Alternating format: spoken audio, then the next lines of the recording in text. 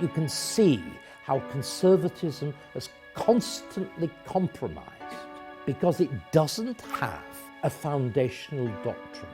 Too much change is probably a bad thing, but it's quite important that things that have lasted for 800 or 900 years, there's probably a reason, isn't there? They're not just to be junked like worn-out underwear. Democracy simply means the rule of the majority. In Europe, that has become a dirty term. The post-war constitutions are all designed to bridle the majority, which is why you see the extraordinary business of political parties that enjoy enormous electoral mandates being ruled illegal. You look at Starmer, an A and B and a C at A level in a selective school. You look at Robert Peel, a double first in both mathematics and classics at Oxford.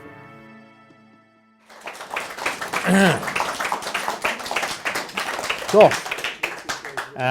I'm not really sure I can live up to the introduction, but anyway, I shall do my best. We are all, really, aren't we, let's be truthful, contemplating a wake. That's to say that the longest lasting party in the Western world is manifestly on its last legs. Would anybody really disagree? And what I would like to do this evening is to investigate how this has happened and how we can perhaps reverse it. It's a long and interesting story, and it's a really good thing that we're doing it in a historic room like this. Because, of course, for all those of us who've got any interest in history or Britain or anything else, one of the great sadnesses, certainly for me, of a lifetime, is how things have just slipped away. Things that we took for granted, that seemed stable, that seemed just part of the world. Have your glasses of wine look like the Leaning Tower of Pisa. there is a ridge. That is, everybody was looking very anxiously at it, I thought. I couldn't make up my mind whether it was envy or the thought, how are we going to get through this man without one of these things or whatever it was. Anyway, it's now almost as stable as the Conservative Party. There we are. I used to be very good at this kind of thing, right. And there is just that sense, isn't there, of that fragility and disappearance. I don't think it's inevitable. I do think it can be halted. In my wildly optimistic moments, I think it can be reversed. So what I'll do is I will trace why it happens, why we're in the mess that we are now. I will offer a precedent that gives us some hope, who's called Margaret Thatcher, because we are literally rerunning the 1970s. There's a 50-year gap. It's a half century and we're running them. We are rerunning them. And then I will try and give a detailed account of exactly what it is we're fighting and why it's so dangerous. Let's begin right at the beginning. You were going back very conveniently to the 1830s. And you were talking about the slave trade. Obviously, that time of the third decade of the 19th century is one of extraordinary change. And one of the most extraordinary changes is our invention. Remember, when people talk about the Conservative Party as going back 300 years, they're wrong. The Conservative Party, and I'm sure somebody here will give me the exact date. What is the date that the Conservative Party, the actual use of the term conservative, enters our political vocabulary? Tamworth Manifesto of 1835, with the probably our most intelligent ever Prime Minister, Sir Robert Peel, formulating it. Peel, again, this is a very interesting sign, the staggering difference between now and then. We look at our politicians now. You look at Starmer. You know, an A and a B and a C at A level in a selective school. You know? You look at Robert Peel, a double first, the top first, because in those days firsts were actually not simply firsts, they were ranked in order in both mathematics and classics at Oxford. People of staggering intelligence. Anyway, Peel is responsible for the Tamworth Manifesto, which invents the word conservative, invents the term Conservative Party. And I think it tells us a huge amount about what our fundamental problem is and always has been. Because the Tamworth Manifesto begins by accepting defeat. Of course it does. It accepts the Great Reform Act of 1832, which is the end of the Tory party. The Tory party, the party of king and church, ends in 1832. How could it do anything else? You'd had Catholic emancipation in 1830, which had broken the bond between the Church of England and membership of the political nation. With the reforms forced through by the Whigs in 1832, you'd broken the old constitution. So the Conservative Party begins, this is the key thing to understand, it begins, when you talk about a Conservative Party, obviously the idea is you resist change, right? Can we be clear? Isn't that why we're here? Don't we actually think too much change is probably a bad thing? That it's quite important that things that have lasted for 800 or 900 years, there's probably a reason, isn't there? They're not just to be junked like worn out underwear. You know, they might be there for a purpose, that things that are new are not better by definition than things. I mean, what else does it mean? But we begin by accepting change. And you can see Peel, yes, unequivocally, we accept the Great Reform Act, but then you've got the terrible problem, which is, why then do you resist any other change at all? Why don't you just roll over? And you can see he's trying to grope for, you say, oh, the fact that we've accepted this absolutely major fundamental change, which has destroyed the previous basis on which I've stood in politics. You know, that's what he's saying. He's then, well, where do we stand? And you can see, finally, he doesn't know. Which is why, of course, Peel finds himself destroying the Conservative Party by advocating the Corn Laws. The repeal of the Corn Laws, which at that point you destroy the agricultural interest, you lead to the Great Depression, and so on and so on and so on, and 30 years of liberal hegemony in the mid-19th century. So conservatism is this, are we all getting the point that I'm getting at? That the fact that you can see how conservatism has constantly compromised because it doesn't have, unless you're very careful, and I'll come up in a moment with somebody I think who does it better, a foundational doctrine. Is anybody familiar with the work of Friedrich Hayek? Yeah. Right, great, okay. Hayek's most important book in the area we're looking at now is called The Constitution of Liberty. And he's looking at, essentially, why countries become free and free market economics. And of course, have free market economics. And of course, the pioneer country in all of this is us. Remember, the key thing to understand is this country, which is foundationally conservative, is the one that leads the way to modernity.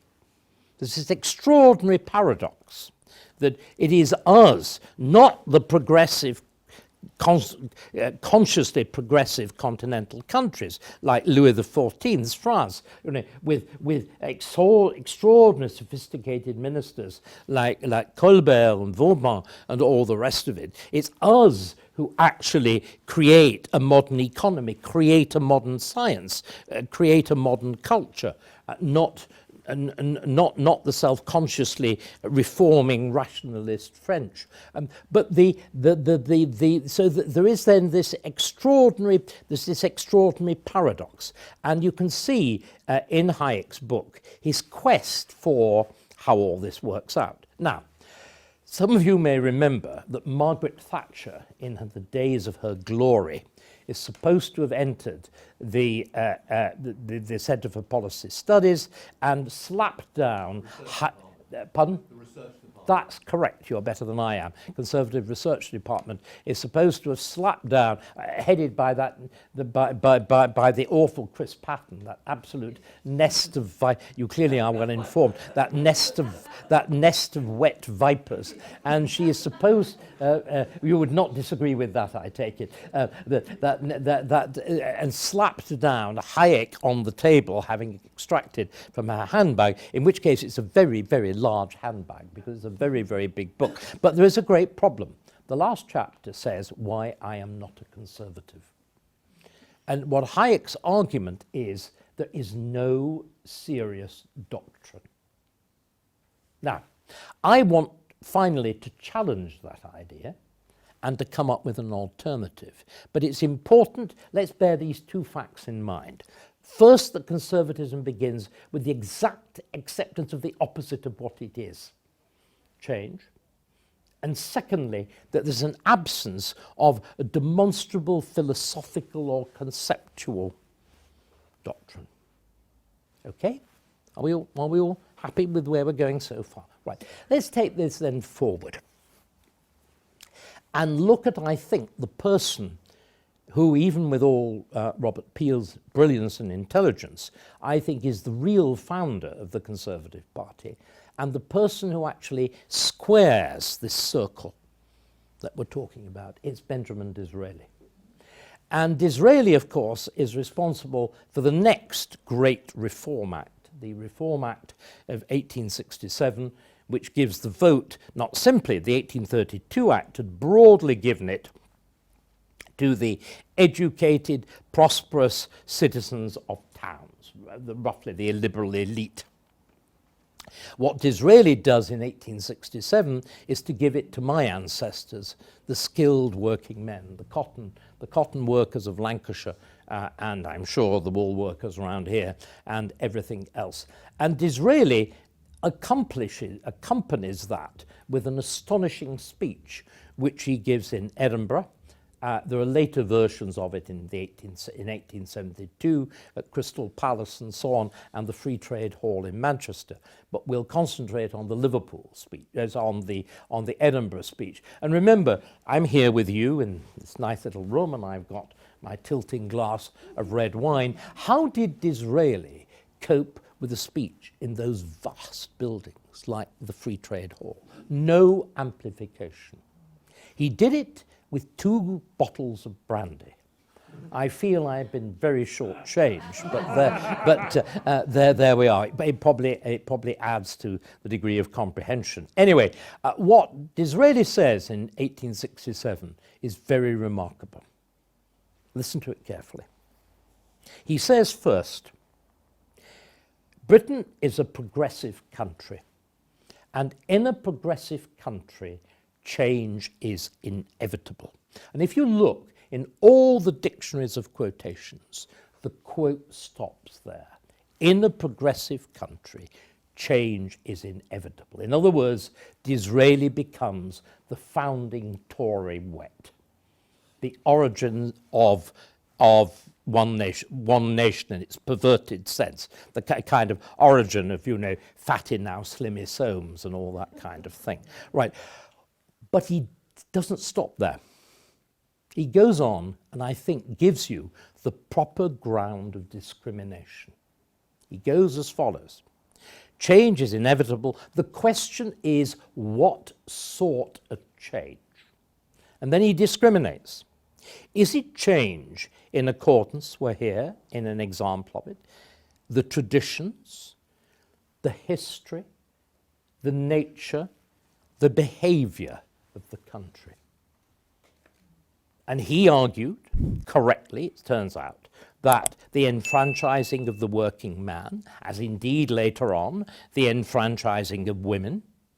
I was talking before at lunchtime at the Army and Navy Club, which is the corner of a hideous building, terrible 60s thing, on the site of a very fine building at the corner of the entrance to St James's Square and Pall Mall, and on the northern side of Pall Mall, the northern side of St James's Square, as you're going up from Pall Mall, there is what is now the In and Out Club. It's moved, and the In and Out is in the house that was lived in by our very first female MP, Nancy Astor, which shows you just how completely conventional the beneficiaries of female franchise were. The idea that the suffragettes were radical, I mean, you go and look there, it's one of the grandest, richest, most gilded and luxurious houses in London, and she's the first beneficiary of it. So again, very much in accordance with the traditions of the country. And then he goes on and says, what is the sort of change we don't want?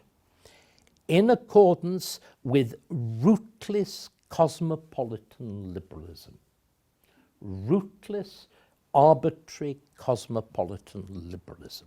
And ladies and gentlemen, that seems to me to be exactly what Conservatives should have remembered and exactly what they forgot repeatedly. Because what we got in 1997 with Blair was a slow burn French Revolution bringing to Britain, superimposing on us all those things that a generation before, 1830, Edmund Burke had railed against in his reflections on the French Revolution, abstract, rootless ideas that simply seemed, like the idea, we've sort of ignored how completely silly the metric system is. I mean, we just have a fragment of the metric system. The metric system was there were going to be 10 days in the week, there were going to be 10 hours in the day, there were going to be 10 months in the year, completely demented.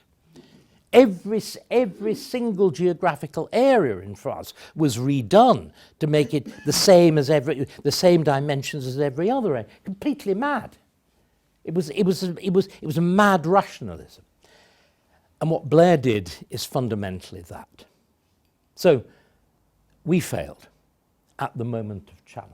We failed to apply the one serious piece of analysis which is available to the Conservative. But we can draw consolation because we've been here before. We've repeatedly made the mistake and the party has actually recovered. Are you all aware this is the 50th anniversary of Margaret Thatcher's election as leader of the Conservative Party? Margaret Thatcher in 1975 was hopeless. She was probably the worst Secretary of State for Education we've ever had, and closed more grammar schools, I know. We were talking about Andy Crossland and the horrors of all of this beforehand. She is mere putty in the hands of her civil servants. What happens? There is a Damascene conversion. Margaret Thatcher is changed to this absolutely useless figure into one of the very greatest of our prime ministers by a man. You know, there's the usual joke, and ladies all preen themselves. Behind a strong man, there's a stronger woman. In Margaret Thatcher's case, behind a strong woman, there was a much cleverer man, and it's called Keith Joseph. And what Keith Joseph did was to have a Damascene conversion. Now, Damascene conversions, particularly when they relate to Robert Jenrick, are now rather questioned. I would like to remind everybody that the original Damascene conversion of St. Paul was actually quite effective. That's to say, St. Paul really does invent Christianity, much more than Jesus did, in fact. Jesus is the example. St. Paul comes up with the ideas. No, the whole fabric of Christian theology is essentially Paul. Well, it's true. It's Pauline. You may shake your head as much as you like, but it's true. And certainly, if you're a member of the Church of England and the 39 Articles, they're entirely based on Pauline Christianity. Anyway, going back to what I really know about, as opposed to an amateur as an atheist, an amateur interest in theology, the Damascene conversion of Keith Joseph in 1973-74, he responds to the failure of the Heath government. Because remember, the Heath government fails catastrophically. It's defeated by the first miners' strike. Heath goes to the country, asks the question, who governs England? And I remember I voted with the majority. It was anybody but you. Because of course, remember, the Heath government had done exactly what Liz Truss did. Barber, as Chancellor of the Exchequer, triggers a boom that makes what Truss did look minor. Many of you here are my sort of age. Does anybody remember what the increase of property prices in London in 72, 73 in response to the Barber inflated boom was? Anybody? The average inflation rate was about 30%. Do you know how much property prices went up in London? They go up 3 times in 1 year. That's when a government really collapses, right? And the Damascene conversion then is Keith Joseph saying, I'd call myself a Conservative. I now know I hadn't been a Conservative. I'd been a member of a Conservative government that had done nothing Conservative. So we've been here before. And I think it's really important to understand the disaster of post-war Britain.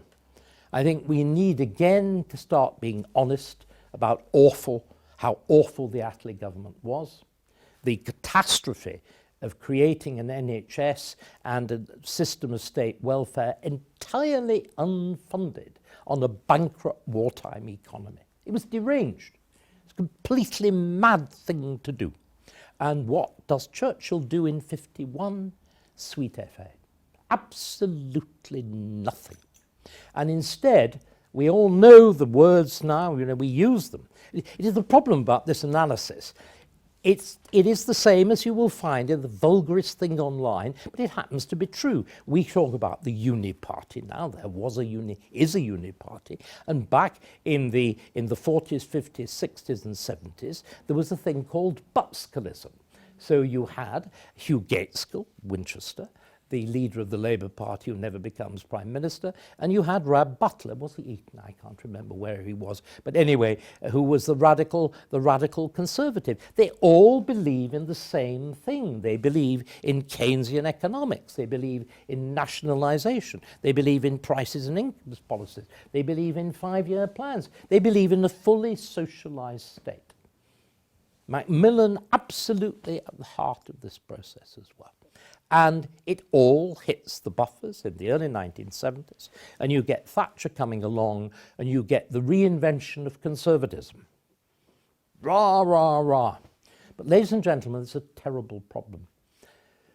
Thatcher reinvents conservatism simply as free market economics. Nothing else, and it's not. Free market economics is, yes, it's a product, as Hayek's stuff demonstrates, but the free market economics is created by this profound series of ideas of self-government, of responsibility, of rooted law, of tradition, of this world in a building like this that we're in now. All of that was forgotten. And that forgetting is a very terrible thing. Because remember, look at the most famous thing that Robert Peel did, which is the foundation of the police force.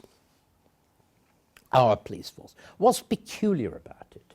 It is, unlike anywhere else in Europe or in America, that the police, though they now like to call themselves a force and adopt pseudo-military dress, were deliberately designed not to be that. They had a uniform that was intended to make them ridiculous from the very beginning. The funny hat, the term constable. There was determination they were not to be a military force. They were a civilian force. They were unarmed deliberately because this idea of policing by consent. You can only have policing by consent in a country as we used to be, where laws were yours. The fundamental principle of England, the thing on which everything else rests, going right back to Magna Carta and the century after that, is the idea you determine your laws. That's to say that the law is not handed down from on high, not handed down from Europe, not derived from God. The law is what you as a people, acting through your representatives in Parliament, make it. And again, the idea somehow that government answers to the governed. That's the essential history of England. This is why everywhere in the world has got a parliament, this funny Anglo-Norman word. We set that model, that idea of self-government to the world. And that seems to me to be the fundamental thing. And that's why Peel comes up with this idea. And all that was forgotten by Thatcher. Anyway, Thatcher triumphs, sort of, though of course she begins the terrible process of deindustrialisation, whose awful consequences we are now reaping so bitterly. But then, as we know, Thatcher is succeeded in 1997 by Tony Blair, with one of the central intelligences in all of this. I was talking with some of you about it beforehand, Peter Mandelson, Petey, as he's known to his friends. And Petey, you will remember, had this wonderful phrase to describe what it was all about. We are completely happy with people being, and he put with delighted glee the emphasis on the adjective, people being filthy rich, providing they pay their taxes. And you will remember Margaret Thatcher in 2002 says, the great tribute to my success is that my policies have been adopted by the Labour Party. Tony Blair is the great tribute to my success. But ladies and gentlemen, that was a blind. That was simply a front.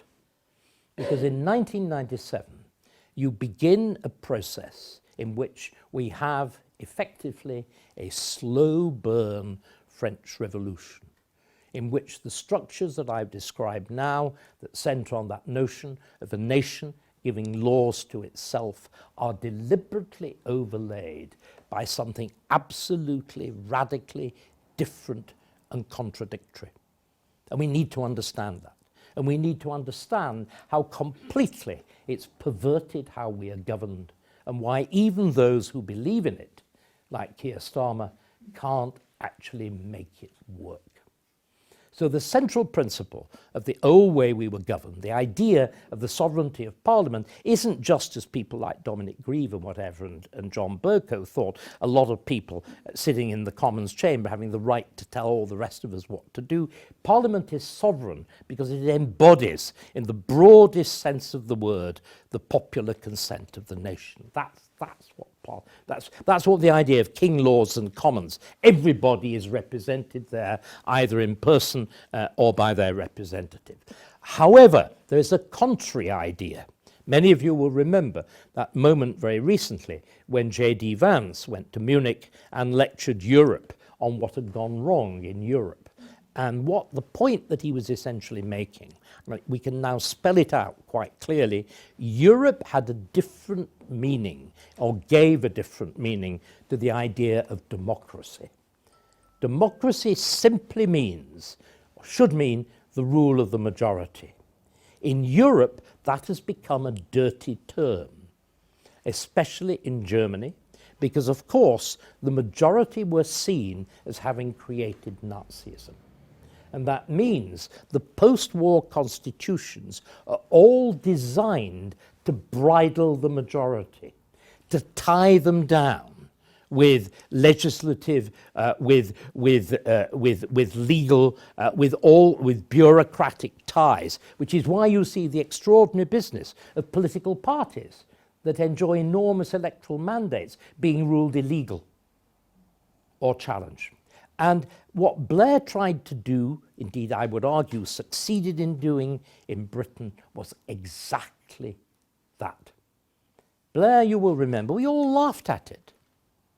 A new country, yeah, well, cool Britannia. How silly, 800, 900 years old. We're a cool new country. But you know what? We were. And what we need to do, we need to understand what Blair actually did. He takes this idea that power shouldn't essentially reside with the people because the people can't be trusted. Remember, you look at George Orwell's brilliant analysis. The left, bizarrely, has always treated the people with contempt. That wonderful phrase, the lumpen proletariat, the fools, the unsophisticates, those who are not refined, have proper political antennae like us. And so what you do is, and it was spelled out absolutely clearly in 2003 in a speech by Charlie Falconer, who is the first Lord Chancellor of the new dispensation, in which he says, it is clear that although we've had this tradition of power deriving from Parliament, there are many areas, if not most, where it is inappropriate, that we want new machinery. And they create that new machinery. And it's of two types. The first is you create the machinery of the quasi-autonomous non-governmental organisation, the expert committee. The most important of them being the Monetary Policy Committee of the Bank of England, which sets interest rates and essentially determines a whole complex area of fiscal policy and economic management, as we can now see with catastrophic consequences. The mishandling of sterling since 1997 is utterly tragic, particularly the sale of government debt. We are the country that has sold most government debt indexed linked at exactly the moment when interest rates were zero. In other words, there was bound to be inflation. The stupidity is mind-blowing. Again, another one of these quangos is English nature. This is the thing that determines that a handful of bats are so important that we spent £100 million protecting them when we're trying to construct HS2. Or the comfortable temperature of fish is so important that I think we spend 300 million in our currently half-constructed nuclear power station trying to insulate them against getting a little bit overheated from the circulating. And madness, complete madness. Or the Climate Change Committee. It's absolutely marvellous. If you knew John Selwyn Govan, you make a fortune out of the thing. Otherwise, you were left with power prices which are 4 times those of America. Do you know how many of these committees there are? 444. Labour claimed to have closed 6 of them, which gives us 338. They control 1/3 of state expenditure. That's between 500 and 600 billion pounds a year. You do not control a penny of it. You cannot appoint or unappoint or dismiss a single member. It is a completely astonishing. And there's also a very interesting example of why it's such a dreadful thing. You may not realise it. You actually stress tested the idea of government by a single expert committee. And of course, when you put it like that, experts, well, do experts know, don't they? And by the way, those of you who are interested in political theory, and I get a sense that some of you are, you'll be familiar that of the 2 great Greeks, Plato and Aristotle, one of them, Plato, espouses the theory of the rule by the expert. Aristotle, I'm a terrible Aristotelian, Aristotle has a brilliantly opposite idea, and it's appropriate that I was fed beforehand, because Aristotle says the judge of a meal is not the cook, it's the eater. It's you. It's not the, it's brilliant, it's completely brilliant. He's wonderful. Anyway, We were ruled, ladies and gentlemen, during COVID, by a single issue committee. We were ruled by SAGE. I mean, the name SAGE, you know these are great solemn philosophical figures draped in toga with laurel wreaths on their head, absolutely, hands clean, purely concerned with the public welfare. But there is a little problem, isn't there? They had one objective. Nobody should die of COVID. To do that, you close down the entire NHS and turn it into a national COVID service. So it didn't matter. Indeed, it was positively welcome if you died of a heart attack or cancer or pretty well much anything else. Moreover, because it was so important, nobody died of COVID. And by the way, people here are quite good at statistics, I think. Does anybody remember what the average age of death from COVID was? 82. What is the average age of death? 81. Get COVID, live longer. I wanted that to be the slogan, It never took off. It's terribly sad. But anyway, and we could then continued to make sure nobody died of what was really, in figures, much less than a bad flu year, if you actually look at the deaths for that year. We decided that we were going to close down everything, including schools. So 3 generations of school children who were at absolutely no risk whatever lost their education. Further, in order to close everything down, we had to borrow money on a scale which would have financed a middling war. For absolutely no purpose. And having done that and given people money for doing bugger all, are we really surprised that the notion that you actually have to work has half died? That there's been this vast rocketing in people assuming that welfare is simply a lifestyle choice. We can see, in other words, what you can see is the worst possible way of ruling anything is by a single issue committee. Government is about weighing things. It's extraordinary that there've now been discussions of this at very, very high levels. Even people sitting on the committee saying, no economists talked to us. Nobody explained to them what the consequences of lockdown were going to be, like how many do you realise? Well, it really should have been very simple. Roughly, do you realise that every day you lock down, we are going to borrow £20 billion? Nobody bothered to do it. So you create this extraordinary structure of expert government. Then you do the other thing, which I think is even more damaging.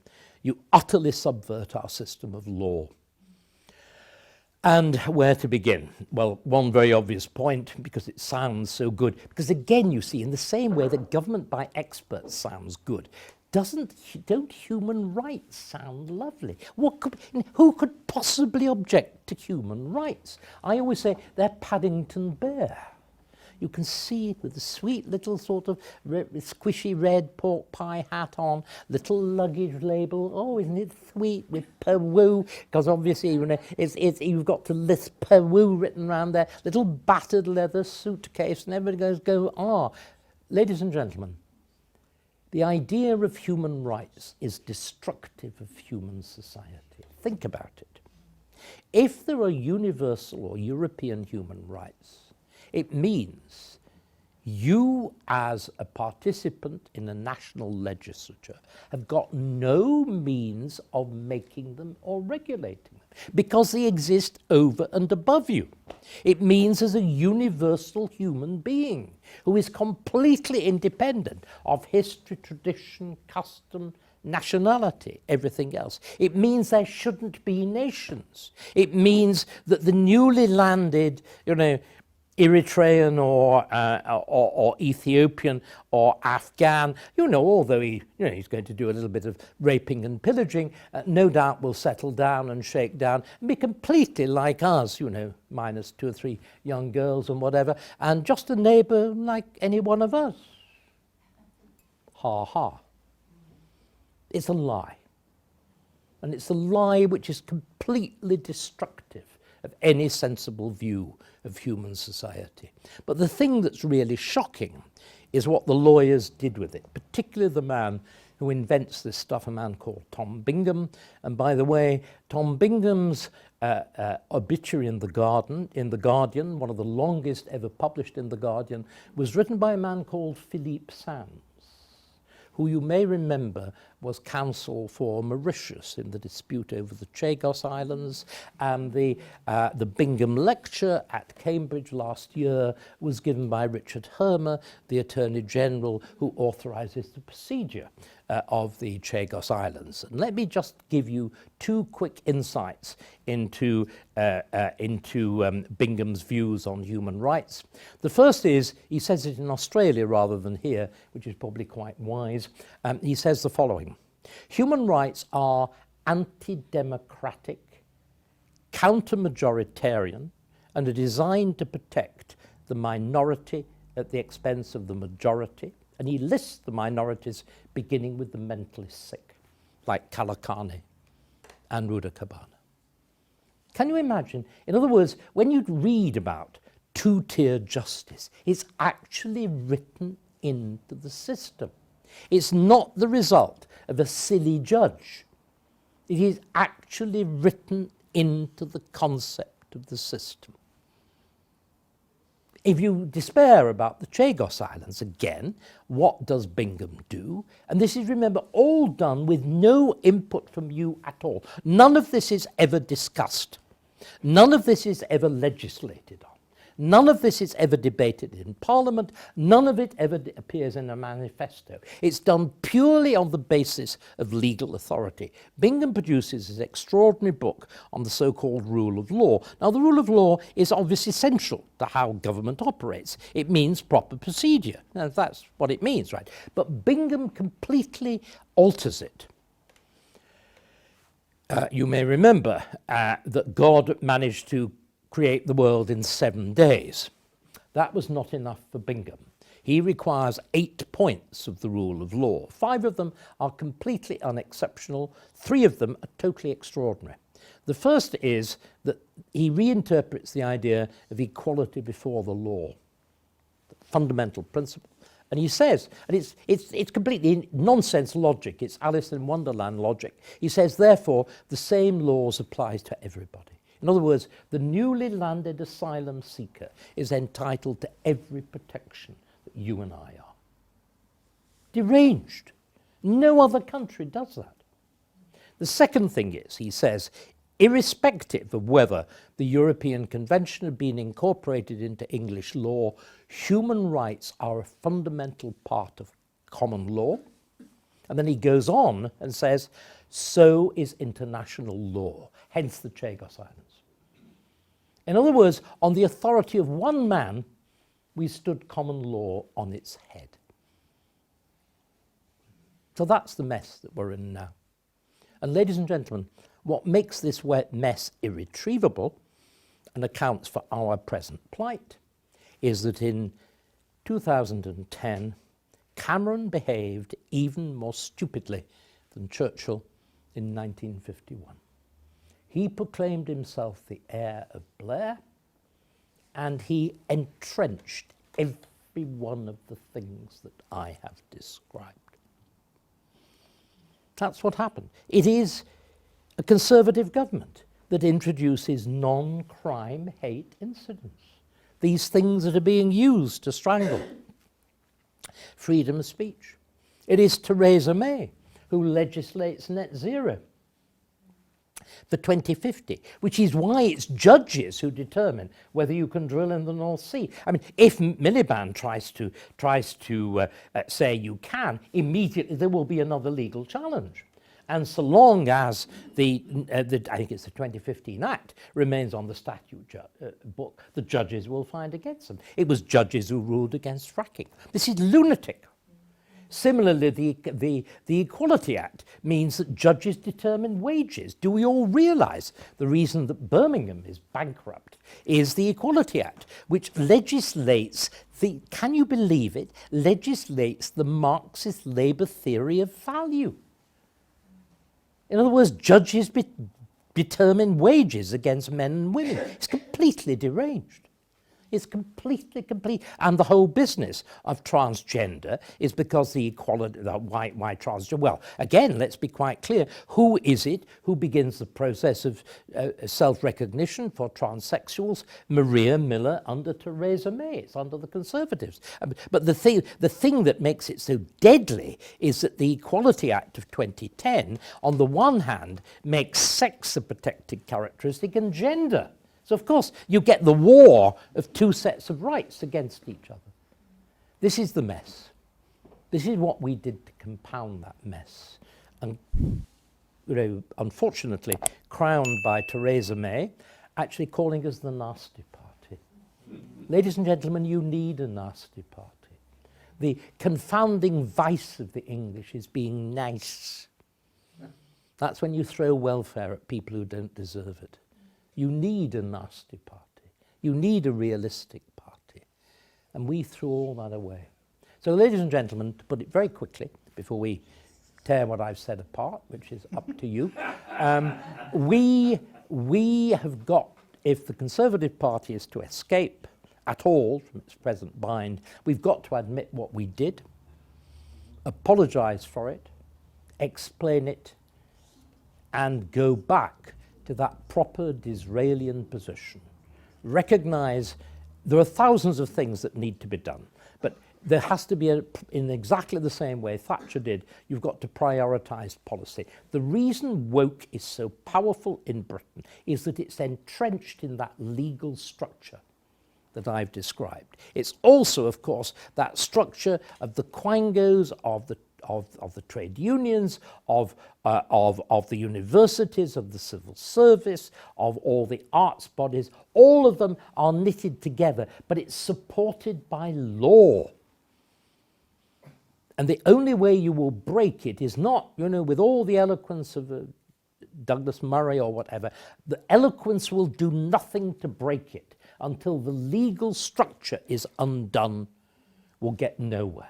So the great repeal, the undoing of all of this, and the restoration of 1997 has to be the foundation of what I would call a broad front of the right. Thank you. Can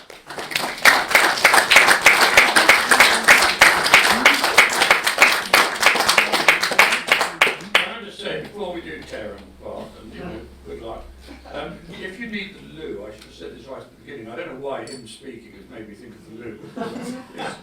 Down the first flight of steps, and then along the long corridor. You don't have to go all the way downstairs if you do need the loo, just half corridor. We don't have traditional chamber pots, no. I could arrange for that. Yeah. Open the windows, yeah. Ladies and gentlemen, far away. Who would like to go first? Please. And speak as loudly and slowly as you can, both for everybody else and also for my hearing. Yeah. You've shown us the problem. What's the answer? I've given you, insofar as I can give you the answer, there has to be an understanding that this has to be reversed. What's going on in practical terms is that partly on their own endeavour, partly because I introduced them to an extraordinary and brilliant young man who, interestingly enough, is a very anglicised Sikh. The Prosperity Institute, which is funded via Legatum, the major hedge fund, the Prosperity Institute has set up a legal department which is working on the necessary legislative program to do all of this. Because again, it's going to be the difference between, or the only way you will undo it, is the difference between Trump 1 and Trump 2. If you remember, Trump 1 was just a mess. The second Trump term was very different. Recall that extraordinary moment when Trump has been inaugurated, he's sworn in the rotunda of the Capitol building, and then he's whisked in the car straight to the White House and the Oval Office, that desk, which is of course the present from Queen Victoria, the resolute desk of the warship sunk in 1850. And he sits at that desk, and hovering over him is this Svengali figure of Stephen Miller, the Assistant Chief of Staff, who has spent 4 years drafting the legislation, drafting the executive orders, and you see Trump. That's the moment, you know. Within 24 hours, the Mexican border is closed. There's that drama. And if the sort of government that we would like to see doing the kind of things we would like to do is to come in, you would have to be in a similar position. You would have to have a prime minister who, when he kisses hands with the king, would say, the condition is there's an immediate creation of 500 peers. Exactly as was threatened in 1832 or was needed to drive through the Second Parliament Act in 1910-11. That there would be probably a declaration of a state of emergency and so on. One will face the most extraordinary, ferocious resistance. One will need to be prepared in depth, in detail, in a way which I think the last time you had Thatcher was quite a long way along that, if you actually look at what people like Hoskins and whatever did. But the government that is the best analogy to that is actually the Labour government of 45. This is what you do to achieve results in 4 years' time. This is what I'm hoping will happen. But it needs, look, what does it need? It needs obviously a major election victory. You would need a you need a majority at least on the scale that Starmer had. You would need to have a party that was much more uniformly committed to the policy than Starmer's Labour Party, which we can see is tearing itself apart. You would also need, which is why I'm doing this, to have a country on side, where there was an understanding of what had gone wrong, where there was some kind of popular grasp of it, willingness, desire to change it. And I think there is that feeling. I think that in the last 18 months, travelling everywhere, but the most frequent term that I hear and the most frequent term that you come across, you know, from sophisticated and very unsophisticated people, this phrase, we want our country back. There's a sense of nostalgia. There's a sense of things that are lost. And what I think I've offered is an explanation of why. And once you begin to understand why, you can then do something. You've got to have somebody to articulate that, though, don't you? Well, I'm trying quite hard. I suppose, mean, as a governmental. no, I agree with you. I agree completely. We are landed with complete numpties from the point of view of there is a very you've used choice language and it's entirely appropriate. I mean, again, you know, I have expressed very public reservations about, for example, the most likely person at the moment, and indeed they have formally adopted this, is reform. The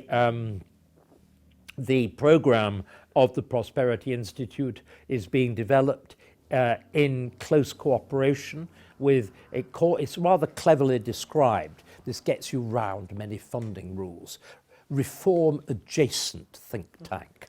And it's adjacent in an exquisitely literal sense, in that it's 2 floors down in the Millbank Tower from the reform offices, and there's a private staircase on which they can all rush up and down to rush up and down to Nigel's office. But the problem is, of course, Nigel has never demonstrated any serious grasp of policy. And his attempt in the last few days at handling the debate over his immigration policy has shown what the difficulties are. I am deeply, deeply aware of it, but as I was saying to somebody earlier, in politics you have to deal with the materials you're handed. You can't invent them. I'm hoping that there is some sort of miracle in the Conservative Party.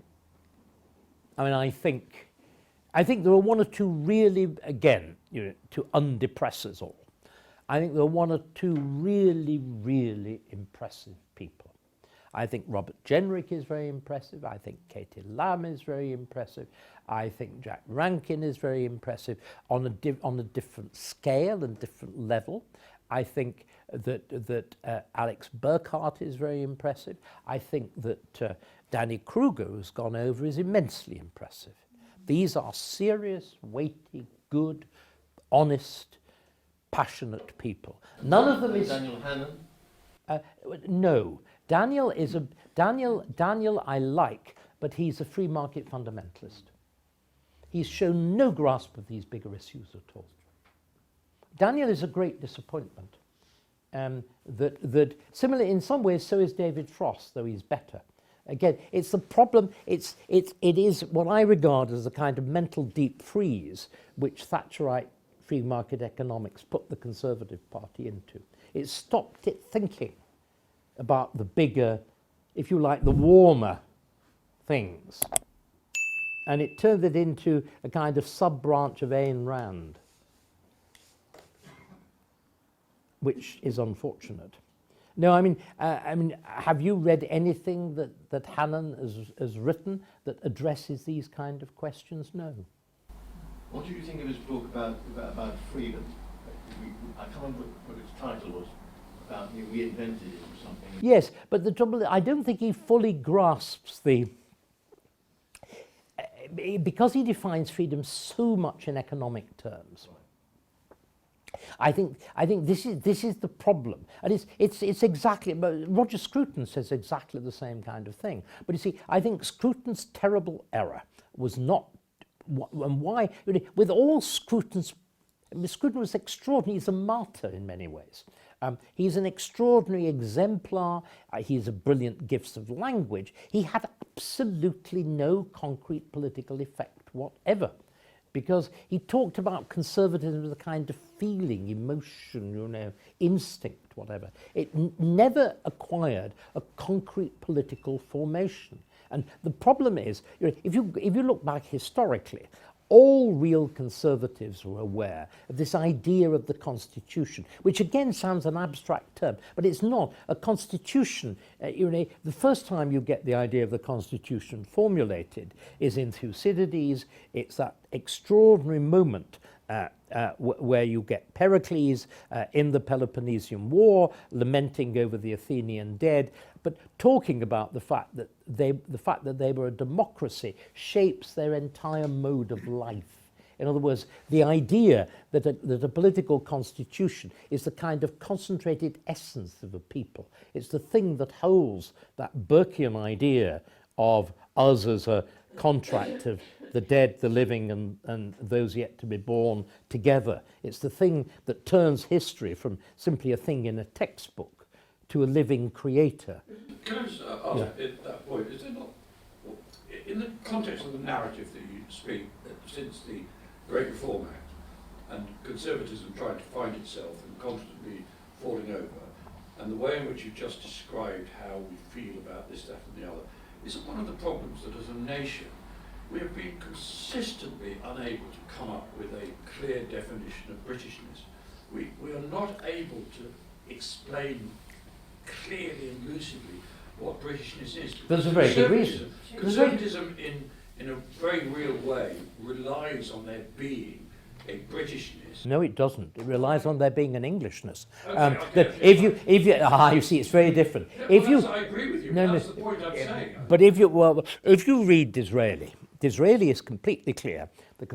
You're right. The Conservative Party is a national party or it's nothing. But the problem, ladies and gentlemen, and it is a vast and huge problem, and I'm delighted you raised it. It's a vast and huge problem. We are not a nation state. You can't define Britishness because there's no such thing as a British nation. That we are from the very beginning a multinational state. We're a pre-modern state. We're created in 1707. And we're a fusion of two radically different ancient monarchies, England and Scotland. The Union of 1707 deliberately preserves all Scottish separateness apart from the monarchy and the Parliament. The the Scots, this is why, of course, the whole Scots Nat argument that we colonised them is such absolute rubbish. They're, of course, the most wicked imperialists of the lot. If you actually look at the role of Scots in honkers and shankers and whatever, and running the entire Canadian banking system, murdering every Indian they could get their hands on, in typically friendly Scots. I love the Scots. I mean, they're really thorough about these things. But anyway, but in 1707, what do you do with Scotland? You leave it with a separate legal system, a separate religious system, a separate educational system, separate universities, a separate royal court, a separate system of heraldry. You know, what else do you want? The entire structure is there. And right from the beginning, you will get the monarchy recognising the difference. So royal princes are given an English title and a Scots title, then an Irish title and a Welsh title as well. You have separate orders of chivalry. You've got the Thistle in Scotland, you've got the Garter in England, you've got the Patrick in Ireland. And by the time you've got to Lloyd George and building and bigging up Wales, you've got to invent all that for Wales as well. So we will, and again, you see, this is one of the remarkable things. It's why, if you go back before 1960s, those of us who are old enough to remember, the only thing appeared in your passport was you were subject of the crown. One of the great problems is the disappearance of the monarchy from public life. And it's deliberately accelerated by Blair and Brown. It's particularly Brown. The whole notion that there's a British nation and trying to invent British values. But of course, this is the absurd contradiction, because when you, and a whole generation of historians, Cannadine and his wife, Linda Colley, the author of that terrible book, Britons, did anybody, I mean, any people who are my age, you never called yourself British. The idea you call yourself a Brit. Unthinking, isn't it? It's just unthinkable. You just called us. It's simply unthinkable. And when you actually look at what they came up with, what are British values? Diversity and tolerance. So being British is a pure flag of convenience. Now you see, this is one of the reasons why we've on the one hand been very, very able to cope with immigration, because the formal, in other words, the citizenship is something that makes absolutely no demands on anybody. Clearly makes no demands on anybody. Anybody can do it. But on the other hand, what we're now doing is reaping the consequences of this. Whereas, isn't that something that we have got to do? We've got to find some way. Well, but when there's actually, I think it's impossible. And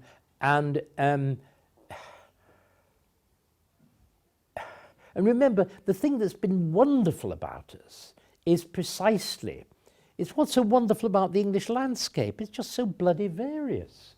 That you look at the great prairies of Europe or Canada or Australia, the huge landscapes of Australia, this wonderful little island in which in the course of 10 miles you're in different worlds. And again, you know, the first internationals in football are between England and Scotland. I think we've been approaching it in completely the wrong way round. I mean, the moment you can see there is a thing called Britishness, I think you've sold out to the left. I can't see any way around it. Can I ask, just Please. following on the point- You've had a go, but anybody else, I think it really is important that we, I'm sorry, I'm sounding awfully terribly sort of leftish school teacher, you will forgive me, but who else would like a go? Anybody else? No, I'd like to go. Yeah, yeah. You'd like a go, and you've had a go too. There's a gentleman at the back. Gentleman at the back hasn't had a go. Yes, Let me make one comment. but please, yeah. You've talked about Lady Thatcher. Yeah. We know there have been many other prime ministers in my lifetime. One of the most important things about Lady Thatcher is she's the only one of those who's been a scientist. Who had? Because she was a chemist She was a by scientist, training. she said. So she's a scientist. The others are not.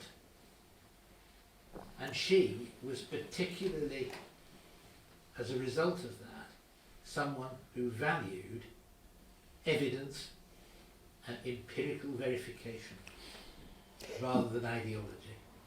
But yes, on the other hand, we are a country that has been profoundly driven by ideas and ideals.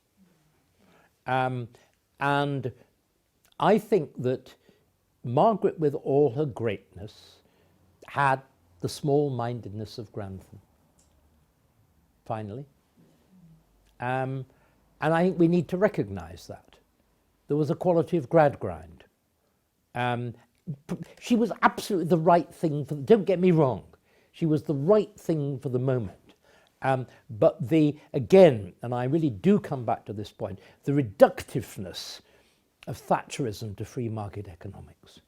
And you know, Burke is right on this. All the great denunciations in Karl Marx of free market economics, the fact that it's destructive, you know, that it strips the decency of life and all the rest of it, which are true, are taken straight from Edmund Burke. Can I make a point? Yeah. Okay. So it is absolutely correct that Margaret Thatcher was very much influenced by free market economics. Praise God for that, and I'm using a Christian term, because if she weren't, we would have continued in complete economically downward spiral. She was also influenced profoundly by the Institute of Economic Affairs, which of course advocated free market economics. And I used to talk to the people there and say, okay, so we move towards a freer economy, we move towards this free market, but would you agree with me, I'm saying this to the IA, No. that is only going to be a good society if we have good values in that society. That's the thing about freedom. You need good values for freedom to work. And Margaret Thatcher herself recognised that. Now, I think what's very significant is the speech she made to a meeting of the Church of Scotland, the General Assembly of the Church of Scotland, when she asked them, she was appealing to church leaders to give us the values in society. And they actually criticised her because they had got so, I mean, the trouble about the church is it's got more involved, I mean, the leadership of the church, keener on sort of lefty politics than it has on the Christian gospel. So they, you know, they didn't understand what she was saying and they criticised her about it. But she did recognise that we needed values in our society. And I would say that one of the big problems, and you may not recognise this because as you say you are an atheist, is the fact that the church, the leadership of the church, bishops in the House of Lords and so on, have absolutely abdicated. Oh, I agree. I mean, my view of religion is exactly, you will not be surprised to hear, that of Edward Gibbon. Do you recall Gibbon in The Decline and Fall of the Roman Empire, in which he remarks with that magnificent suavity that in Rome the people regarded all religions as being equally true, the philosophers regarded all religions as being equally false, and the politicians regarded all religions as being equally useful. I believe passionately in the use of religion. I believe, let me continue, I believe passionately in the importance of public ritual. I was brought up a Quaker, so I know what it is not to have ritual. And it's catastrophic. The old Church of England was English Shinto. It was the English worshipping themselves through the King Emperor, which seems to me to be a thoroughly sensible thing. And with swelling pride, I love totally un-Christian hymns, like I Vow to Thee, My Country, or whatever. Yeah, but it's totally un-Christian. It's totally un-Christian. And Christian nationalism is completely un-Christian. It's completely un-Christian. This is what the Pope says. Francis was absolutely right when he reproved J.D. Vance. J.D. Vance has got another version, which is worshipping America, and that's absolutely fine. You need that. You need Shinto. And we've lost Shinto. But you see, I think there's something much more important than this, which if I look back to my own parents, Quaker, my father both of them born in 1907, into the last days of the prosperity of cotton in Oldham and Rochdale. My father was a tool maker, I'm ashamed to say. Apprenticed at what was then the largest factory in the world, Platt Brothers, on the border between Manchester and Oldham. If I look at his diary, that terrible period when from 31 to 35 he's unemployed, walks to London twice in search of work, has, because of that fashionable disease, porphyria, in other words, bleeding gums, all his teeth extracted, which was then unusual. He had them all extracted without anaesthetic to save 2 and 6pence. So I know what I'm talking about.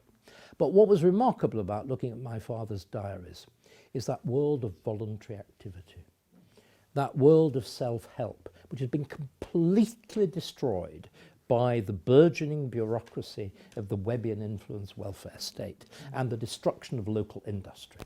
These, if I look at my little town that I grew up in, Kendal, when I was a boy in Kendal in the 50s and 60s, everybody thinks of Kendal as it now is indeed, just a sort of tourist resort and for prosperous elderly people, appropriately represented by the frightful Tim Farron. But if you looked at Kendal then, it was really run by Quaker businessmen, and they dominated all local affairs. They either, or their representatives, sat on the town council, they ran all the local charities, and it was all completely local. And before, and again this is the disaster of the Heath government, before the local government reforms of 1972, a town like Kendal was self-governing. As Witney, run by non. Exactly. And with this lunatic worship of bigger is better, we've destroyed that. The one good thing about the French Revolution is that it created the commune. And the commune has remained there. And your locality governs itself and doesn't greatly care about Paris. And we've destroyed all that. See, this is what Burke is about. Burke is not simply saying that, you know, when he chatters about little platoons, everybody goes, sweet, flower arranging groups. It's not. It's the whole idea of a society which, from the role of the jury to the role of the vestry in the management of poor law relief, which is self-governed at every level. We have destroyed that. The bureaucracy of the 20th century has destroyed that. This is why everybody says, why have the English suddenly become hopeless? It is because we've destroyed that pattern of self-government. If you look in America, I don't know how many of you have lived in America. I lived I lived only time to time in a lovely little town on the shores of the Chesapeake, a place called Chestertown. And Chestertown was exactly what I remember Kendal as being back then. In other words, it ruled itself. Its bureaucracy consisted of 2 ladies. One was rather proper and she handled garbage, and the other was rather vulgar and she handled everything else. And there was a town manager, there was a town meeting, and if you objected, you all went and shouted at him, and he did something about it. There was, again, exactly what I remember. The fire brigade was run by the local lads who more often than not started a fire because it was a bit of fun, you know. And they were all called out by a siren. This is exactly what it was exactly the same I remember in my childhood. And the police force was local. Let me give you a sample of the police force in Chestertown. The first time I was there, and I bought my house and with my then boyfriend, and we were driving back to the Imperial, good God, the only hotel in the place now, rat-infested hole, happily closed down. But anyway, to show it was a proper town, they'd had to have a set of stoplights and a one-way system, completely unnecessary. So this was the depth of night, in other words, about 8:45 in provincial America. And we were driving back after dinner, and James said, "Oh, God's sake, what's the point of driving round the square? This is silly." So we took the wrong way. At which point it was like a scene out of the Keystone Cops. These rotting 60s vehicles turned up with American policemen. James tried blacking. I thought we're going to get shot. So I wound down the window and wound up my accent. I'm terribly sorry, we're English. We really, oh, fuck off. The following morning I was summoned by my realtor. We were due to have coffee. She said the chief of police would like to see you. I said, oh, news travels quickly. You've no idea how quickly it travels. Anyway, the chief of police turned out to be sitting at the next table and apologised. He made it quite clear the law was for other people. We paid the police. It was for us. It was like these people from outside, So it was entirely clear that if I'd been a local, once they knew I was a local and it was my car, absolutely fine. Oh, yeah. And that was the world. That's the world of Burke. And that's what we've lost. How we put it back, God alone knows. Can I just, Please, yes. go, I mean, We're now at the reprise stage. Yes. no, I mean, you talk about Burke, and of course I'm a huge admirer of Burke. He is the Aren't we all? intellectual founder of Conservatism. But coming back to the free trade, free enterprise, all this sort of stuff, there obviously is a place for that within Conservatism, because there's an American historian, Robert Schuttinger, who studied the correspondence of Burke and Adam Smith. And Burke, in his correspondence with Adam Smith, said he agreed with Adam Smith. And Adam Smith, of course, isn't just the author of The Wealth of Nations, he also... No, I understand that. But just to add, think that. And about British figures, Patrick Cosgrave wrote the first biography of Thatcher, that's when she was still in the opposition. And there's an interesting chapter in it where he asks her what was her favourite poem or piece of literature, and she comes up with Kipling's famous poem about Runnymede and how much that meant to her. She did have a very strong sense of, the sort of Englishman's home is his castle, or think of Kipling's phrase about the stubborn Saxon that is his furrow. She did have that sense of if you like, of Englishness, of independence, of self-government, of the rule of law. That was very powerful in her, and she was influenced by, as indeed our generation were, by Enoch Powell. I mean, whenever people think about Powell, they just think of his speech on immigration. But he wrote, his books, A Nation on the Trade, Freedom and Reality, Still to Decide, covers a whole range of issues. So there you have Powell, very much a precursor, if you like, of Thatcherite economics, but also with a tremendous sense of the nation, opponent of the common market. So, there is a kind of body of conservatism, of all sorts of different things, which hold together if they're properly integrated, which has to be rediscovered. But it was there. It was there, but the problem is that it's there in words. I would argue that if you actually look at what that extraordinary opening chapter in A.J.P. Taylor's History of 20th Century Britain, the fact that before the First World War, gentlemen barely needed to encounter the state. It was a world of genuine, at every level, working class level. You look at trade unions, you looked at friendly societies, you looked at the Oddfellows. I look at as I said, I look at my father's diary, I've got my uncle's stuff. You just look at what they were involved in. All of that has gone. It's true. And once that's gone, once the tradition of simply idleness and dependency, it's very difficult to put back. And I think that was an absolutely fundamental problem. And again, awful though the trade unions, awful though my father was for a very long period a very prominent member of the AEU, as well as the Society of Friends, as well as a Lansbury Labourite. I know all this world. But even awful though they were, that branch structure acted as another structure of self-government. It's why the Labour Party at that point was so completely different from the party of the social worker, the party of the school teacher, the party of the petty intelligentsia that's wonderfully satirised by George Orwell. I agree with you entirely. Don't misunderstand. Yeah. I entirely agree with your analysis Yeah. about the need. You have to dismantle these quangosy structures. You have to have a legal revolution or counter-revolution. Yeah, yeah. I entirely agree with that. But at the same time, that you've got to do that. And if you don't do that, nothing will work. You also have to go on fighting or refighting or renewing the battle at the intellectual, cultural level. Oh, of course. No, of course, of course. So that goes without saying. But what I'm trying to say is that so far, if you look at the big names from Douglas Murray and all the rest of it downwards, they've been fighting simply at the intellectual level, and it's useless. That again, it is astonishing. I mean, I'm perpetually amazed when I go to Hungary and whatever. I don't know how many of you have actually been to Budapest, and you go to the MCC, the Matthias Corvinus Collegium. There is a Scruton cafe. It's a shrine. There are busts of the man. It's grotesque. I mean, it's like St. Thomas More or something. There are relics, you know. I mean, I'm sure if his fingernails had survived, there would be cuttings of them. That's because of the work he did. Pardon? That's not because of what he was saying. No, I know it's not. Because of the work he was doing behind the Iron Curtain. Well, some of it is, but a lot of it, if you actually attend the seminars there, it is again.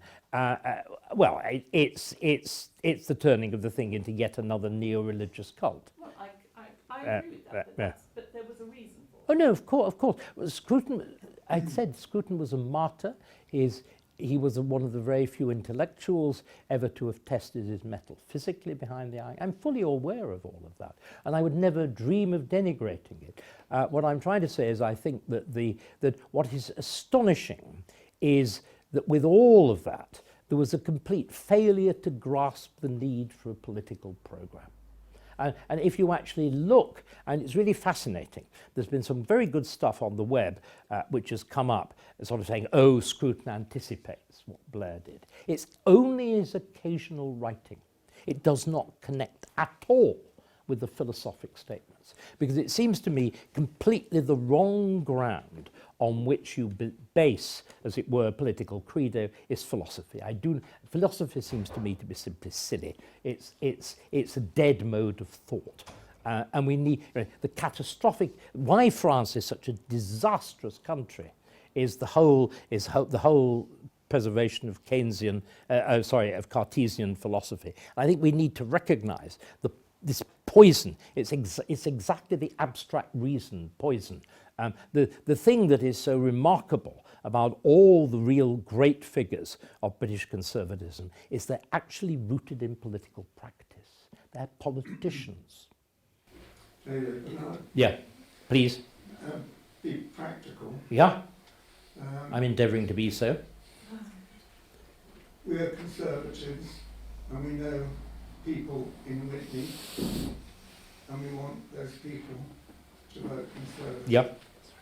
What should we say in terms of how we can help our country become something through programmes and activity? What is that something we say that our country can become, having agreed that we have a country? And we value it, we want to keep it. Well, what I've been trying to do this evening, and why I'm spending in my 80s inordinate amounts of time doing this, I use, and I've already made my odd relationship with religion clear, I call it evangelizing. I'm trying to persuade people of a real analysis. It will only work if there's a broad popular understanding of it. If you're half convinced by what I've been saying, communicate it. Talk about it, because people are talking now. Everybody is talking about, oh, things have gone wrong, they've gone badly wrong. Why have they gone badly wrong? But what I'm getting at is what do we then say in order to get it right? Well, you first of all, sorry, you're leaping steps. But you're leaping steps forward. We can only get it right if we undo.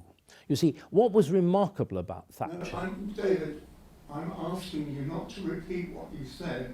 I'm asking you to define what we can become.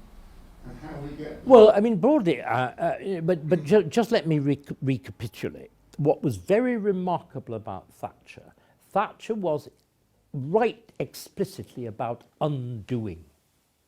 That's what the programme was. It was undoing the laws relating to trade unions. It was undoing the monopoly of council housing. It was undoing nationalisation. She was an undoer. And she was, again, the whole role of Geoffrey Howe with the fight against inflation. And I think that we've got to recognise that the foundation of everything we want to do that's positive is the first undoing, which is why I talk about the Great Repeal and the Restoration.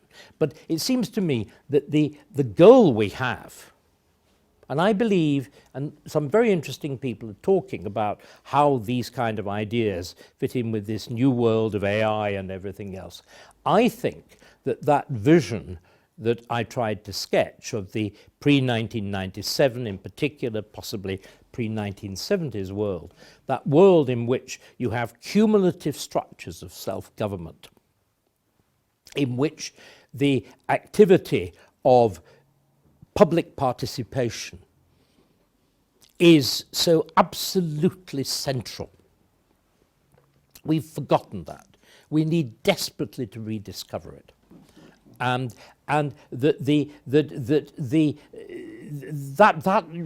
again, it's the classic statement going back to the Greeks. Freedom is founded finally on your ability to govern yourself. And then it turns into a cooperative enterprise. Again, I think one of the things that's so absolutely central, and what conservatism has disastrously failed to do, is to explain the role of property. Do you primarily, just looking right now, with all your knowledge of the past, and you're looking forward, you're going to be alive to 100, so you've got another 20 years.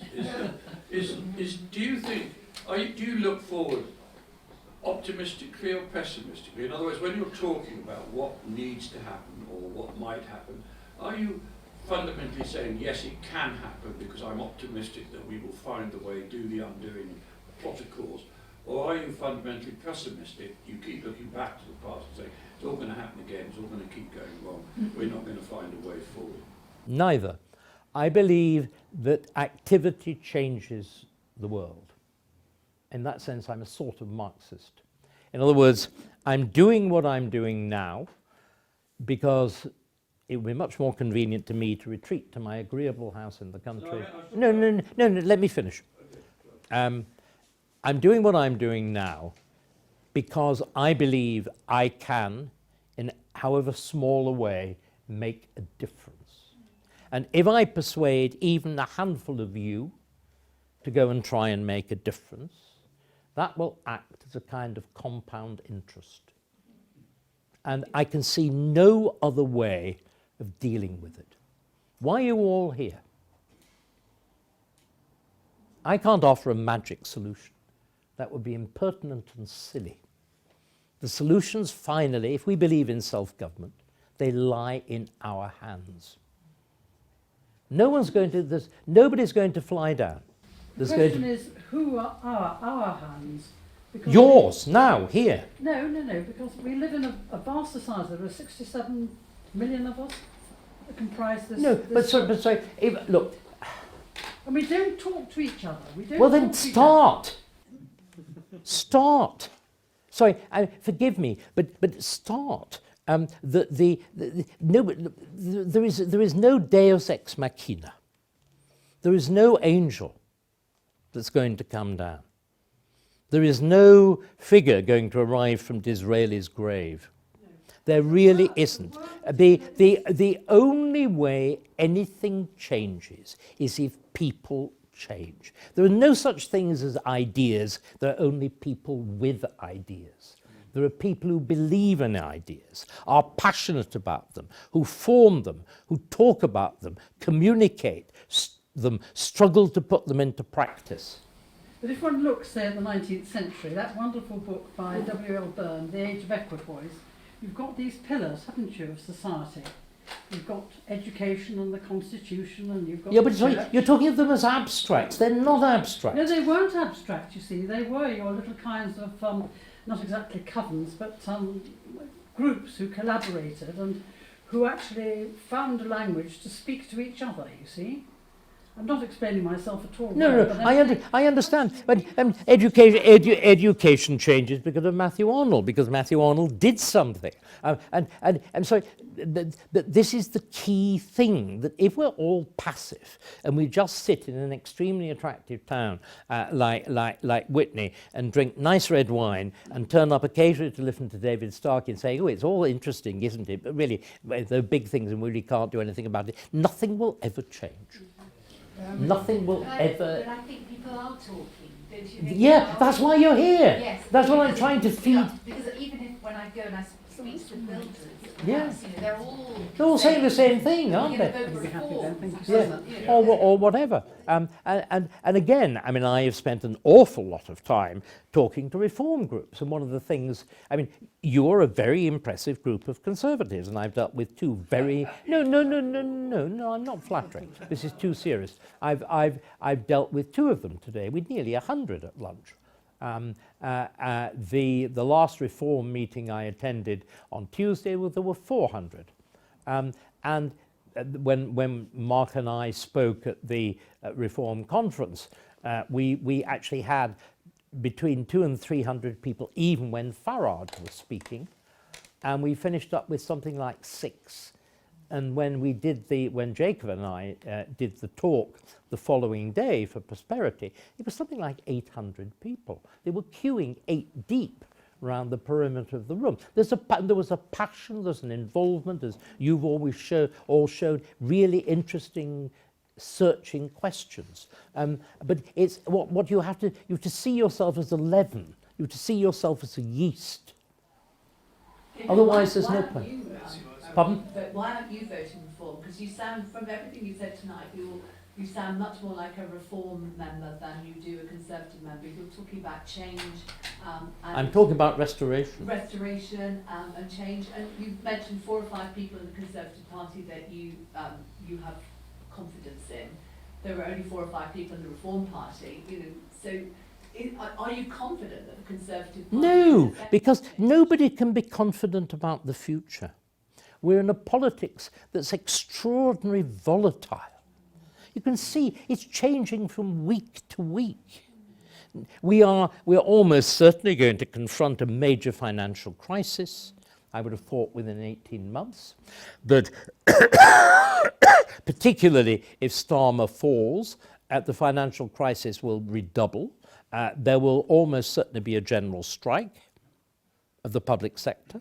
And we are at that stage. In other words, it's a speeded up hyper version of the 1970s. It's not, though, partly not to do with politics, really, and all the history that you talk about, but the fact that the social media, which is a sort of shorthand version of saying the way that information is so instantly available, the volatile nature of politics is as much as anything to do with the fact that 27 people can speak about something in a second, whereas before it would have taken several days of newspaper articles or letters going from one place to another, and that volatility is simply a reflection of the way that technology has given us access to information and the way we can exchange it and comment on it so quickly. I think that really all the things that you talk about are fine, but the way that politics now works means that we're going to have to find possibly a new politics, a new way of dealing with political systems, which will allow the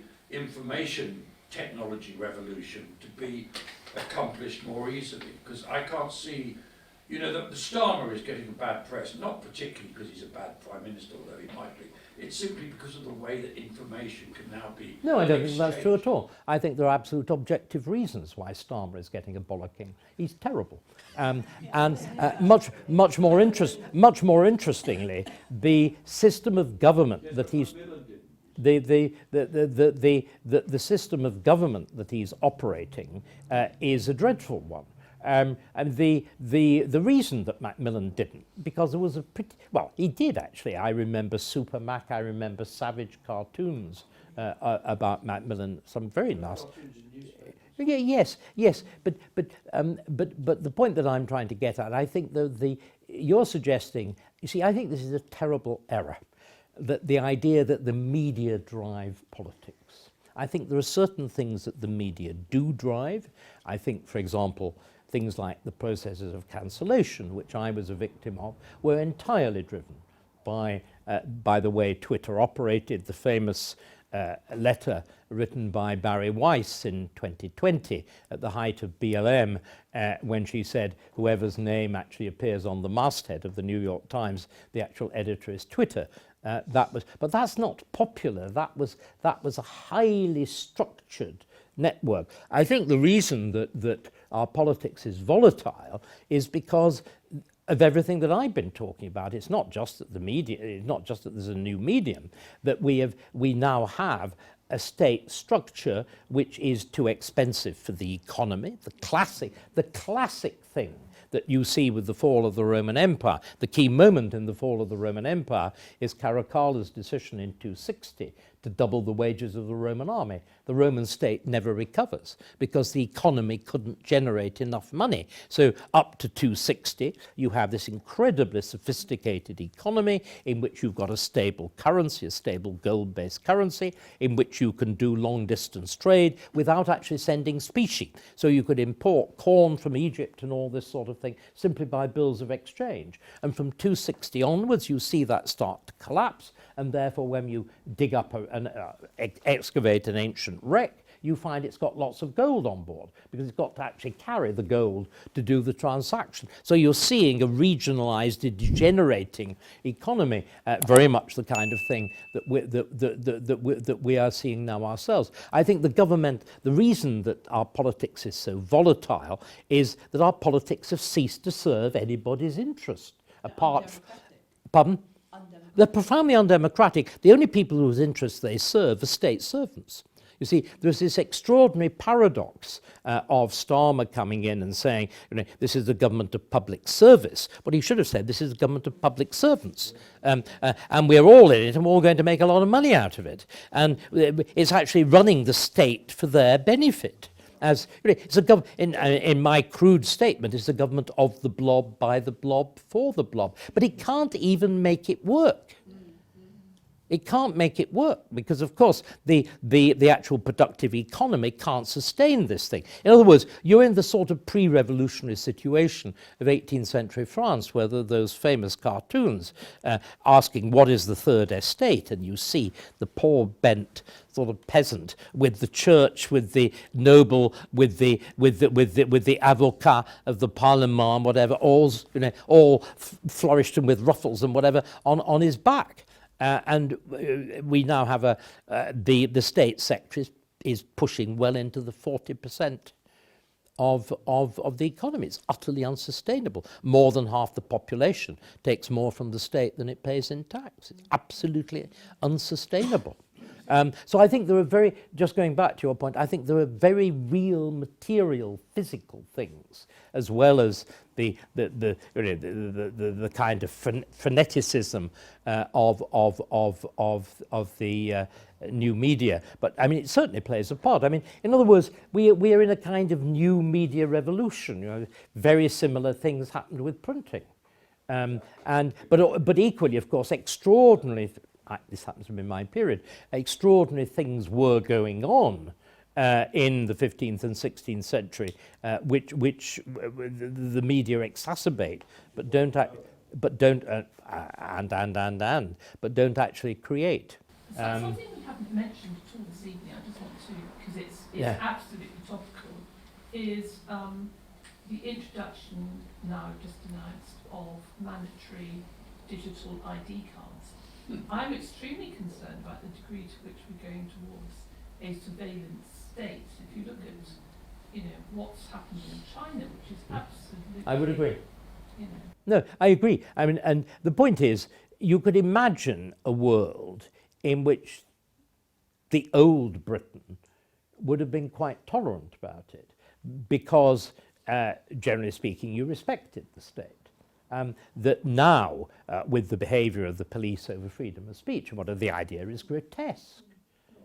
Nobody in their right mind But would 53% of people, apparently, according to the news tonight, agree with that. yeah, do you know, the moment that I again, opinion polls are very strange things. The way the question is framed, whether people regard it as being the appropriate answer, and so on. But another shocking thing for Conservatives is apparently one of the people really pushing for it was William Hague. Oh, well, we know the problem with Hague. I mean, for heaven's sake, Hague lies at the centre of everything I've been talking about. A man without a serious idea in his head, ever. Do you think this added to the political side? Pardon? Do you think added to the political problems a lot? There's a question of a threat to the free market. Whereas in the past, that was perceived by the people making money who ran the country, they control everything. Now, social media means that ideas can spread much quicker. Oh, I mean, I certainly think that what we're seeing actually is, I mean, I happen to be, I think certainly since Twitter was liberated by Musk, I think that if one's being fancy and looking at big ideas, I would suggest that the moment that Musk enters the headquarters of Twitter in 2022, bearing his white porcelain kitchen sink, represents the end of the long 20th century. In the same way, the beginning of the long 20th century is when another piece of white porcelain is manipulated in New York with Marcel Duchamp, and the urinal is brought in upside down, which is the beginning of the nonsense and the rejection of reason of the 20th century. I think that the opening of Twitter is utterly fundamental. I don't think that Musk would have been elected. Sorry, I don't think that Trump would have been elected without it. And I think it is I think Musk is a genuine believer in the marketplace of ideas. I really do. Gentleman behind you. Yeah. Dr. Starkey, thank you. My name is John Dwyer. We've heard a lot here this evening about all the different sort of theories going forward and counter theories, whatever it's up. At the last election, we were hammered, and we wondered what we can do. But the reason we were hammered is not to do with the academic bits or whatever. It's because of the crass incompetence of everything that we touched for 14 years. Now, if we were competent with the way we did things, planned things, for example, you take HS2. It's not rocket science, but it's a mess. Right. So the focus, in my opinion, doesn't exist in various academic theories. It is entirely involved in learning to do things. We've got politicians who are talking, we've done it for 14 years and not fulfilled. Crass incompetence has got to be stamped out. Yeah, but isn't it interesting? You see, that would have been exactly Keir Starmer's analysis. Absolutely. That was exactly Keir Starmer's analysis. This is why Starmer comes to power in 2024 having done no preparation, because he knew the only thing that had gone wrong was the stupidity, the corruption, the incompetence, the frivolity of Tory politicians. This is why he commissions as his principal advisor Sue Gray, the magic woman who'd run the inner Whitehall machine, and within 6 weeks he knows he can do nothing. In other words, it's not just incompetence. The machine no longer works. And I think that we've really got to understand this. That we had, again, it's very striking. This is the great difference between 1979. In 1979, when Thatcher comes to power, the machinery of the state still functioned, which is why she's able to do what she's able to do. It is clear in 24, 25, it no longer functions. And it was much smaller. It was It was smaller, yes, but I mean it was still huge by British standards. What I have described is the creation of a machinery which acts really as the bonds of Gulliver in Lilliput. Government simply can't work if you have perpetual judicial review, if you have one bit of the state fighting the other bit of the state, if you create a structure of... Remember, the problem with rights is if you give rights to separate groups, they all fight each other. I mean, we're all familiar with one of the very great classics of the French Revolution, which is Edmund Burke. We've referred to it a lot. Again, one of the striking things about conservative thought is most of the works are occasional. They're not the product of just somebody thinking, I'm going to write them. They're the response to a specific crisis. But I think there's another which is not famous at all in the same way that Burke is, but I think is at least as important. It's Jeremy Bentham's treatise, written a little bit after Burke. Burke is, I think, 1791, and 1791, and it's 1795 when the final text of Jeremy Bentham's Anarchical Fallacies is published, which is the denunciation of human rights. And the point is, the reason that that's never been seen as a classic, of course, is that human rights have never been sufficiently and sophisticatedly applied in a proper legal jurisdiction. It's only when they're introduced into a common law jurisdiction in 1998 that you can see how completely mad they are. And if you read Bentham's essay, he forecasts exactly what will happen. That they set group after group. He even has this wonderful section on the absurdity of legislating an abstract noun, an Equality Act. Legislation drafted by journalists. The Equality Act is drafted by Trevor Phillips. It's completely mad, perfectly decent man. But the idea you should entrust a commission headed by him to draft major legislation. Did Dominic Cummings spot all of this? Is Dominic Cummings? Did he spot all of this, all the problems which need undoing going back to 97? Is that what he spotted right early on? I mean, Cummings is a recovered alcoholic in the sense that Cummings was, I think, extremely effective in the cutting of the Gordian knot of Brexit. Cummings was a catastrophe in COVID because he persuaded himself that he understood the mathematics of Neil Ferguson, and he played a major part in lockdown. I think Cummings is now recovered. If you look at his recent stuff, he's no longer talking about the importance of maths in government and this sort of thing. He's instead going back and looking, as he should be doing, at historical example. And his recent stuff has been based on a remarkable series of studies as to how the British defeated Napoleon, and looking at how effective government was then. What's striking, if you look at 19th century government, is how effective it was, with minimum means. Is he working for reform now? No. Dominic works for himself. Dominic's only interested. Dominic, I think, is even more self-centred than Nigel Farage. But if it were possible. I mean, I think Cummings' knowledge will be useful to anybody. And again, I operate entirely neutrally on this. I'm prepared, as I said, I'm a whore. I operate freely, which is very bad. Whore should always charge. But my advice is available to Conservatives. It's available to Reform. Even, I mean, there are sections of the Labour Party. I mean, Maurice Glassman, Blue Labour, they are completely aware of most of this disaster.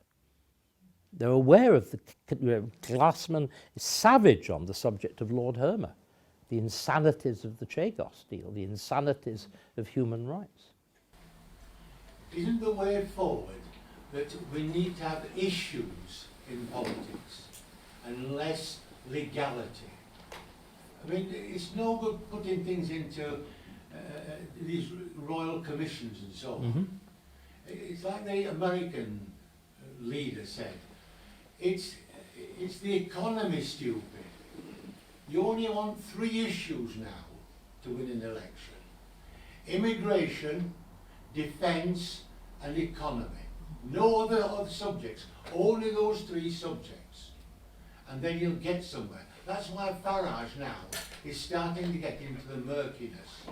Because they're saying, well, what is your council doing in South Norfolk or wherever it is? And he's finding it tricky. I mean, he starts off by saying, you elect me and in a fortnight the boats will stop. And I thought, who last said that sort of thing? And it was a chap in America, of course, wasn't it? Trump. Oh yes, if I had me in, they wouldn't have even started a war. You know, how stupid can you be? And you've got to take them individually. The philosophy is no good. There are 3 people in Britain who have been not knighted, but given a star for doing things. One was a person who was in charge of Drax and said, let's get pellets from America, take them across the sea with diesel, coming right round Scotland, dropping them in East Yorkshire, and we'll burn them instead of drilling down into the coal seams where the stuff's made. She was given not a knighthood, but she was given. There was a similar thing with there've been people like this all the time who are given titles for doing something, like the famous vicar who was given a title for sorting out the telephone system and the post office. But she didn't sort it out, did she? No. Quite the opposite. Yeah, almost. The other person on the committee for the Grenfell Tower, they got a prize for helping sort out Grenfell Tower. Yeah. They're still burning them down, but she hasn't been chased. You can't take everything to the nth degree. No. Just to stop you, I think the point that I'm trying to get at is that the idea of the economy is stupid, the famous remark under Bill Clinton, doesn't work if the economy is effectively in chains imposed by judges. That's the situation that we're in now. That if you have a system, again entrenched in law, which keeps the costs of power so extraordinarily high. And so the old notions of that sort of simple politics that you describe are only half true. That this is why, again, that we're in this terrible situation that nobody seems able to do anything. You know, you've got a government that talks the whole of the time about economic growth. And it talks about it as juju, as though by actually uttering the words growth, it happens. You know, it's a bit like the notion of transgenderism, that by constantly repeating the word, and I think I should be going, shouldn't I? I'm going to catch that train at just gone 10. 4 minutes. 4 minutes.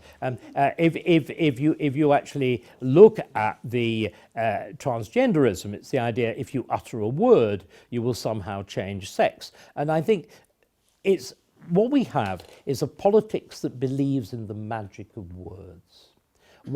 Conservatives are different. We know there's a thing called reality, but we've got, and again, we're a politics we're clearly in a period of major national decline. We're the equivalent of Byzantium to Rome, and there's a similar luxuriance of structures. It's the world which is so brilliantly described by Gibbon. You know, the great fights in the hippodrome of Constantinople over different definitions of the person of Christ between homoousion and homoiousion. And woke is very, very much like that. It's a politics of degeneracy. And we are going to hit that very sharp buffer of financial fact. Could you just recap about the work that the people next to Reform are doing? Yes, I mean, there's a thing called the Prosperity Institute, and it's set up a legal department which is trying to look. I've described how I think you've got to repeal that whole structure of the quangos and the legal structures that are created by Blair, and it's looking at how a parliament will go about doing that. It's, in other words, when, as we all hope, somebody, Farage, I call him bad enough, Jenrick or whoever, is elected, they would have on their desk exactly the same way that Trump had on that desk on the first day. They would have the, as it were, the go-to, the if you like, the handbook of what to do. That would be both an executive structure, in other words, how you would actually handle government, how do you sort out the king, you might even need a regency, I mean, depending on how cooperative he was, or which king we happen to have, how you sort out that sort of thing, and how you actually deal with the legal programme. And they could work whether it's reform or conservative. And I see it in fact as being the basis on which you might bring about a union. That you begin with policy, don't worry about personality. Ladies and gentlemen, that's the last remark, because I need to catch a train. I need to get back to London. I have a frantic day tomorrow.